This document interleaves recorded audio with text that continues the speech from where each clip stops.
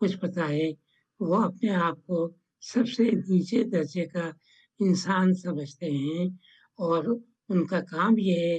کہ وہ گندگی کو صاف کریں اور باقی معاشرے کی خدمت کریں۔ وہ اپنے اس اچھوت ذات سے نکل نہیں سکتے، وہ پیدائشی طور پہ اچھوت ہیں تو اچھوت ہی ہیں۔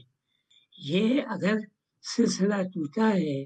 تو برطانوی عہد میں ٹوٹا ہے، جب برطانیہ نے تعلیم کے لیے نئے اسکول کھولے تو نئے اسکول سب ذاتوں کے لیے تھے، تو یہ اونچی ذات کے لوگوں نے کہا کہ ہم ایک ہی بینچ کے اوپر نچلی ذات کے لوگوں کے ساتھ نہیں بیٹھیں گے۔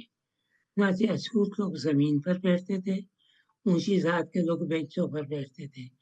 لیکن انہوں نے نچلی یعنی زمین پر بیٹھ کر بھی اچھوت لوگوں نے یا نچلی ذات کے لوگوں نے کچھ ایسے افراد پیدا کیے کہ جنہوں نے تعلیم پا کر ایک اعلیٰ مقام اپنے طور پہ حاصل کیا، جس میں ڈاکٹر امبیڈکر بھی شامل ہیں اور بہت سے مطلب کہ اچھوت لوگ شامل ہیں جو بعد میں برٹش پیریڈ کے اندر جن کو کوٹے کے تحت اعلیٰ مقام جو ہے وہ دیا گیا ہے۔ تو اچھوت لوگوں کی اپنی مطلب کہ اب مطلب کہ تاریخیں لکھی جا رہی ہیں، اس سے پہلے نہیں تھی۔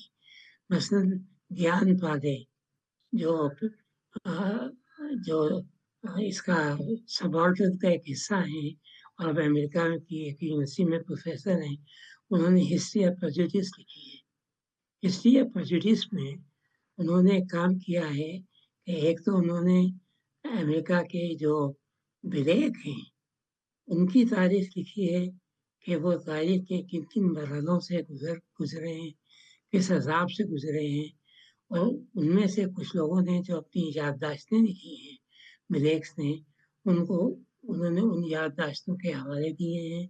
اور دوسرا انہوں نے مقابلہ کیا ہے ہندوستان کے دلت سے۔ ہندوستان کے دلت جو ہیں برٹش پیریڈ کے زمانے میں ان کو بھی موقع ملا تو یہ بھی مطلب کہ اپنے مقام سے ذرا ابھرے، تعلیم بھی حاصل کی، باہر بھی گئے، ملازمتیں بھی کی اور اپنی یادداشتیں بھی لکھی۔ تو ان کی یادداشتوں اور بلیک کی یادداشتوں میں کیا فرق ہے؟ کیا دونوں نے جن تعصبات کا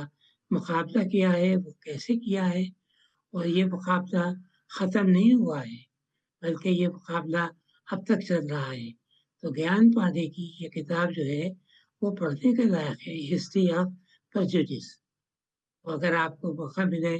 تو ضرور پڑھیے گا۔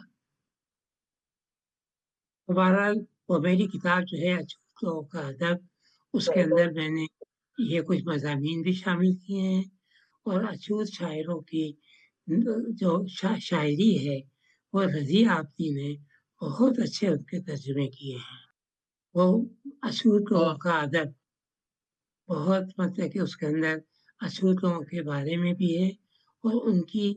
اچھوت لوگوں کی شاعری جو ہے غضب کی شاعری ہے۔ اب یاد نہیں مجھے وہ کتاب جو ہے وہ آپ لوگوں نے اگر نہیں پڑھی ہو تو ضرور پڑھیے۔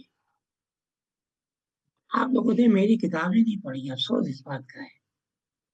نہیں، گیل کا جو جماعت تھی، گیل کی جماعت کے اندر ایک تو استاد شاگرد کا رشتہ ہوتا تھا، رشتہ دار نہیں، استاد شاگرد کا رشتہ ہوتا تھا،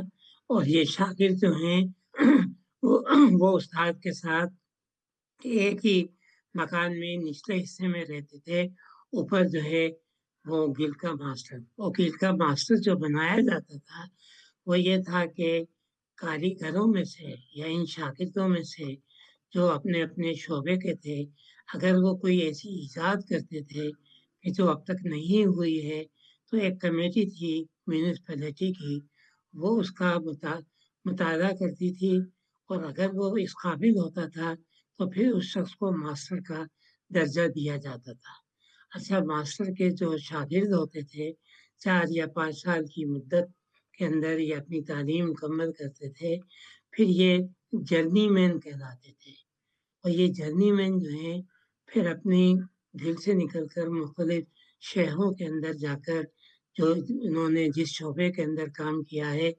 دیکھتے تھے کہ وہاں کیا گنجائش ہے۔ پھر جرنی مینس جو ہیں ان کی اپنی منطقۂ انجمنیں ہوا کرتی تھیں جس کے اندر یہ اپنے شعبے کے لوگوں کو شامل کرتے تھے، تو ایک پورا سلسلہ تھا یعنی. اور یہ بات ہے کہ جو بعد میں یونیورسٹیاں بنائی گئی ہیں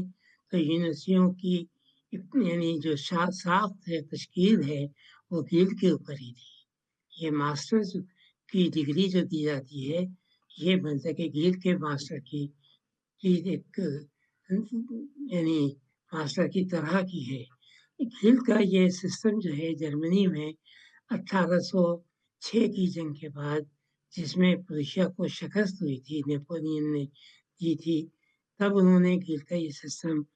پروشیا سے ختم کر دیا تھا اور گلڈ کے بجائے یہ اوپن کر دیا تھا کہ معاشرے کا ہر شخص جو ہے وہ جس پروفیشن کو بھی چاہے اختیار کر سکتا ہے. اب گلڈ کے اس پہ کوئی اختیار نہیں ہے اور یہی چیز آہستہ آہستہ یورپ کے دوسرے ملکوں میں ہوئی. انگلینڈ میں ابھی تک گلڈ ہال موجود ہے جو پرانی گلڈ کی یاد دلاتا ہے، لیکن جب گلڈ ختم ہوئی ہے تو پھر یہ پروفیشن جو ہے وہ آزاد ہو گئے ہیں. پھر ہر فرد کو آزادی تھی کہ جو بھی اس کی دلچسپی ہے اس کا پروفیشن وہ اختیار کرے.